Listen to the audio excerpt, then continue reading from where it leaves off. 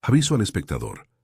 Esta es una dramatización basada en relatos orales, fragmentos de archivos y memoria popular. Para situar la acción en torno al título de este episodio, he trasladado la ceremonia principal para que el bautismo celebrado en la comarca sea el que confirma públicamente la autoridad del coronel.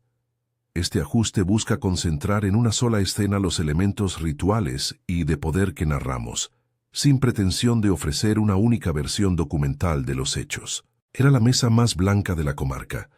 Sobre el mantel de lino, la porcelana reflejaba la luz del día como si cada plato fuese un espejo dispuesto a multiplicar privilegios. Jazmín, enredado en las ventanas, exhalaba su dulzura, insinuando fiesta. El humo del fogón, más abajo, ofrecía un olor paralelo. La cocina respiraba. El mundo de atrás latía con otra intensidad. Cucharas y tenedores tintineaban en manos maestras. En la sala grande, el aire tenía la textura de la espera, excitación mezclada con un orden que nadie quería ver alterado. El coronel caminaba erguido entre las sillas, con ese porte que había aprendido a cultivar a fuerza de ser obedecido. A su alrededor, la casa grande se había vestido de celebración: colchas, servilletas bordadas, hombres de autoridad, vecinas con abanicos y el brillo pesado de las expectativas. Dona Josefa, su esposa, movía los dedos con la misma disciplina con la que marcaba la palabra final en la mesa de decisiones. Su rostro conservaba la calma ritual de quien sabe que la apariencia sostendrá la historia. Detrás de la fachada, sin embargo, estaba otro mundo. Habitaciones de servicio donde la luz era menos generosa, cocinas donde las manos trabajaban sin tregua, miradas que aprendieron a medir cada paso para evitar tropiezos con la ofensa. Vittoria estaba allí, junto al fogón y la mesa, y su presencia era doble. Sin su pericia, la fiesta no habría sido posible. Con su cuerpo, la casa era lo que era. Era la alimentadora de la ostentación, la persona que conocía las recetas secretas, los tiempos exactos del asado y las fragancias que calmaban a los invitados hambrientos de prestigio. Si esta historia te atrapa, suscríbete y sigue la serie de Memorias Escondidas. La comarca era una geografía de jerarquías que se prolongaba con la naturalidad de un mapa ancestral. Hacia apenas unas décadas atrás, las cadenas habían dejado de ser públicas, pero la lógica de la servidumbre no había desaparecido. Se había transformado en contratos solapados, en deudas de nombre, en encomiendas domésticas presentadas con una sonrisa. El coronel representaba esa continuidad, no solo un hombre con finca, sino la encarnación de un orden que necesitaba ceremonias para legitimarse. El bautismo que ese día le atañía, un bautismo que, en la versión que aquí dramatizamos, se ofrecía como una consagración pública de su figura, era ante todo un espectáculo de consolidación social. En la cocina, entre el vapor y el carbón, Vittoria movía la olla con la calma de quien conoce el lenguaje secreto de las temperaturas. Hija de Luanda, llevaba sobre los hombros historias que nadie quería colgar en las paredes de la casa grande.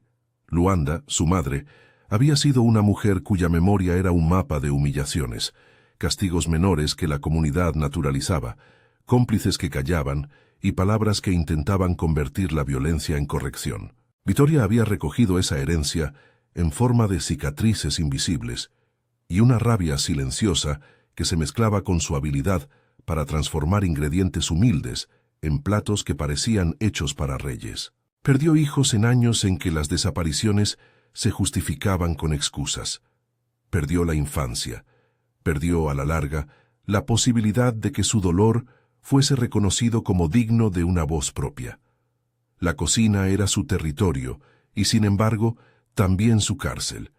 Bajo sus manos la casa renovaba su magnificencia, pero nadie la nombraba en los elogios que se daban al coronel.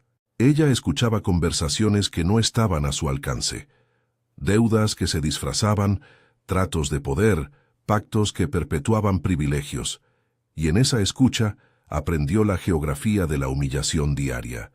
El feitor Antonio, que ordenaba con una voz seca, los gestos despectivos de algunos invitados, la complicidad benévola de un clero al que convenía sostener la paz del señorío. La vida de Vittoria se había ido llenando de pequeños dolores que sumaban. Un día, una reprimenda pública por un plato que llegó tibio. Otra vez, la humillación de que su nombre se perdiera en agradecimientos. Sus hijos, Juan y Teresa, dejaron de ser su refugio cuando la enfermedad y la ausencia les arrebataron el consuelo. En la noche, cuando la casa grande cerraba sus puertas y las risas quedaban suspendidas en el comedor, ella recogía la soledad con las manos gastadas y escribía en silencio una cuenta que nadie más veía. El día del bautismo amaneció con la apariencia de la solemnidad. Damas con mantillas, hombres con ropas que olían a tabaco caro, niños que aprendían a mirar hacia donde se les indicaba. El padre Ignacio vestiría sus mejores galas para bendecir la ceremonia que, en su lectura oficial, sellaría una alianza espiritual entre la casa y la comunidad. En la cocina, Vittoria dispuso los platos con la precisión de quien sabe que la reputación de la casa depende de cada guarnición. El feitor Antonio iba y venía, supervisando sin acercarse a las ollas. Su mirada era una especie de marcador de servicio, nunca demasiado amable, nunca demasiado cruel, exactamente necesaria. Los preparativos tenían un ritmo ritual. Cada gesto repetido, cada cuchara colocada, cada servilleta doblada, reafirmaba un orden que debía ser incuestionable. La mesa, en su centro, era un mapa del poder, copas, velas, centro floral. Donde el mantel cobraba blancura, también se tejían silencios. En esta dramatización, el bautismo del coronel no era solo un sacramento religioso, era una fiesta pública que servía para certificar su lugar en la comarca.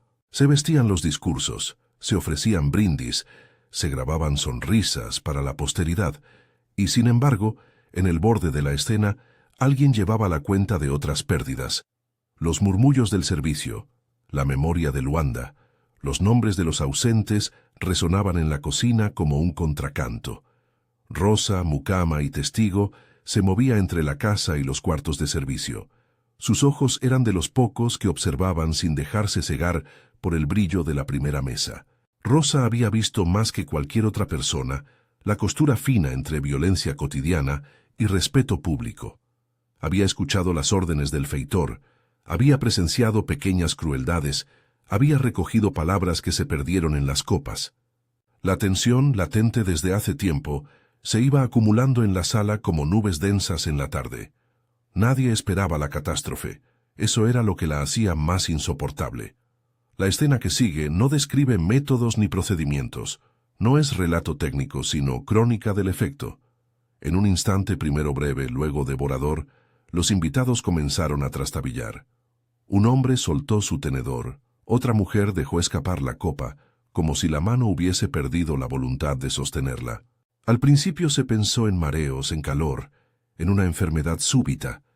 Algunos se levantaron para auxiliar, otros se quedaron helados, víctimas de la incredulidad. Después la sala se llenó de ruidos contradictorios, caídas, gritos ahogados, el sonido seco de cuerpos que buscaban su asiento. En total, 22 sillas quedaron vacías alrededor de la mesa, que había sido símbolo de honor. El silencio que vino tras el pánico fue una pausa pesada, como si el universo hubiese contenido el aliento. Las manos de Vittoria temblaban, no por el sobresalto de la masa, sino por la concatenación de todas sus pérdidas. Miró la sala y contempló el reflejo de la luz sobre la porcelana rota de certezas que alguien tendría que recomponer. Fue la incredulidad colectiva la que inauguró las primeras respuestas. Acusaciones opuestas, deseos de encontrar sentido inmediato, la urgencia de restaurar el orden. El pueblo necesitaba un culpable para poder volver a dormir. La comarca exigía que se devolviera la normalidad con la rapidez que un escándalo público exigía. La investigación que siguió fue, en buena medida, un espectáculo. La justicia local no solo buscó hechos, buscó también tranquilidad social. Documentos se redactaron con prisa, testimonios se acomodaron a la versión que convenía a quienes sostenían el poder. Rosa fue llamada a declarar.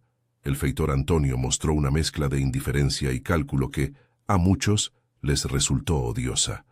Padre Ignacio alternó la condena moral con frases que, en su boca, parecían diseñadas para preservar la Iglesia por encima de la verdad. Dona Josefa lloró en público la pérdida de amigos, y su duelo fue interpretado como el lamento legítimo de una casa que no podía permitir que su etiqueta fuese mancillada. Vitoria fue detenida con la misma rapidez con la que se habían cerrado puertas y ventanas aquella tarde. Su arresto fue un acto tanto judicial como simbólico. En la narrativa oficial, su persona ofrecía la explicación más cómoda. La voz de la comunidad se organizó alrededor de la idea de un remedio puntual a una catástrofe incomprensible. Señalar a la cocinera como la causa era proclama de restitución. El juicio se celebró entre aplausos y abucheos, con testigos que pasaban de la duda a la certeza, según el signo de la pregunta o el interés del interrogador. Se ofrecieron relatos fragmentarios. Algunos describieron una mujer que había caminado con rabia en los días previos, otros reflotaron antiguas ofensas y repararon el temple de los recuerdos selectivos. En la plaza, la multitud buscó más que una sentencia, buscó un cierre. Las plazas públicas, en lugares así, se convierten a menudo en lugares de consolidación moral. El tribunal consumó una condena que, para muchos, cerró la herida social de una manera eficiente. Había sido hallada culpable. No vamos a describir imágenes de violencia explícita, pero cabe decir que, ante la ejecución pública, Vitoria subió al patíbulo con una serenidad que descolocó a quienes esperaban un final marcado por la furia o por el desconsuelo. Alzó la voz, y lo que dijo no fue una confesión simple ni una justificación mecánica. Fue un alegato que hizo temblar la narrativa oficial. Habló de su madre, de Luanda, y de los nombres que la Casa Grande no quiso pronunciar. Habló de los hijos que ya no estaban, y de las noches en que la risa de la mesa se confundía con el ruido de los castigos. Dijo que su vida había sido una sucesión de pequeñas muertes. La pérdida de voz, la pérdida del derecho a sentir, la pérdida de la posibilidad de ser vista. No pidió perdón por el acto concreto con la lógica de una absolución. No justificó la muerte de otros como una victoria. Señaló, en cambio, los engranajes que hicieron aquello posible. La indiferencia de muchos, la agresión cotidiana disfrazada de normas, la resignación que termina siendo coautora de la violencia estructural. Al nombrar esos elementos, no absolvió su acción, pero subrayó una verdad incómoda. La responsabilidad de una tragedia no se agota en la acción de una sola persona cuando detrás existen redes que permiten, repiten y normalizan el agravio. Las reacciones fueron diversas. Algunos respondieron con abucheos, otros, en silencio, bajaron la mirada. La crónica oficial replicó la versión simple: crimen, condena, ejemplo para la comunidad. Los archivos consignaron fechas, nombres, actos y una secuencia lógica que cerraba la cuestión. Pero la memoria popular, la que habita en los corrillos, en las comidas compartidas, en los cantos que persisten en los patios, no se sometió tan dócilmente a esa versión. Canciones surgieron en las noches, canciones que mezclaban lamento y advertencia. Cuentos se contaban a los niños para recordar que la Casa Grande tenía secretos y que no todo lo valioso era visible en la porcelana. Rosa, años después, seguía sirviendo en casas donde el mantel se doblaba con más cuidado que la justicia. Sus relatos, a veces murmullos y a veces gritos, circulaban por mercados y lavaderos. La memoria que no entra en los libros, la que queda en labios de quienes no tienen más poder que hablar. Algunos vecinos hicieron pequeños actos de resistencia. Cambiaron de camino para no pasar por delante de la Casa Grande. Otras personas comenzaron a nombrar las cosas con más exactitud en sus conversaciones. Ya no se hablaba de orden natural con la misma ligereza. El relato oficial, por su parte, limpió la historia de aristas incómodas. La versión que llegó a los periódicos fue una trama simple, una advertencia para que la sociedad no dudara de su capacidad punitiva. En los documentos, el nombre de Vitoria aparecía como una nota de cierre, un punto oscuro que se insertaba en la narrativa del progreso y el civismo. La discrepancia entre ambos archivos, el oficial y el oral, no es una simple anomalía, es la muestra de que la historia se escribe también con silencios. La figura del coronel quedó entonces rodeada de una doble realidad. En lo material, su línea de sucesión y su prestigio continuaron. En lo simbólico, La marca de aquella mesa con 22 sillas vacías dejó una sombra que ya nada podía borrar del todo. No fue que se instaurara un antes y un después con claridad, más bien, la comunidad aprendió a vivir con un secreto compartido. Lo visible y lo invisible seguían coexistiendo en tensión. Los discursos oficiales hablaban de anormalidad y de castigo. La memoria popular hablaba de advertencias, de nombres que no deben olvidarse, de la necesidad de escuchar lo que las cocinas guardan. ¿Qué nos queda después, entonces, sino preguntas? ¿Fue aquel acto una explosión de desespero, una venganza deliberada, un punto de ruptura de una vida sostenida por humillaciones? ¿O fue, a la vez, un grito trágico que intentó hacer visible lo que el protocolo de la casa intentaba cubrir? No es sano buscar un único veredicto moral que capture la complejidad humana. Lo que sí podemos y debemos hacer es mirar las condiciones que hacen posibles las tragedias, las redes de dependencia, las costumbres que normalizan la humillación y el olvido, la manera en que los rituales de poder se nutren de silencios sostenidos. Hoy, años después, la memoria persiste en los patios y en la garganta de quienes aún recuerdan. En las cocinas se repiten recetas que llevan el sabor de una historia no contada del todo. En los mercados, los mayores siguen tarareando versos que brevísimamente recuerdan el nombre de Vitoria. Los archivos guardan su versión limpia y ordenada, pero nadie que haya vivido aquellos días puede decir que la última palabra fue escrita con tinta indeleble. La historia, como la mesa, conserva manchas que no se limpian con facilidad. Nos quedan también responsabilidades prácticas, buscar fuentes diversas, escuchar a los testigos olvidados, mirar los documentos con ojos críticos. Invitar a la discusión no es tomar partido por una absolución, ni dictar sentencias sobre la intención moral de los actos. Es comprometerse con la idea de que la memoria se teje en múltiples voces y que la justicia no se agota en la rapidez de una respuesta punitiva. Si queremos entender por qué 22 destinos quedaron rotos aquella tarde, debemos atender tanto al instante devastador como a la larga biografía de negligencias que lo precedieron. La mesa sigue siendo en esta comarca un espejo incómodo. El mantel blanco ya no es solo un símbolo de pureza, también es el velo que oculta historias que es necesario traer a la luz para que la comunidad pueda, alguna vez, reparar. No hay recetas simples. Hay procesos largos, escuchas atentas, reconstrucción de relatos y, sobre todo, la disposición a aceptar que la verdad no siempre es cómoda. Si esta narración te ha quedado resonando, te invitamos a seguir profundizando en la serie de memorias escondidas y a mantener la búsqueda de fuentes diversas.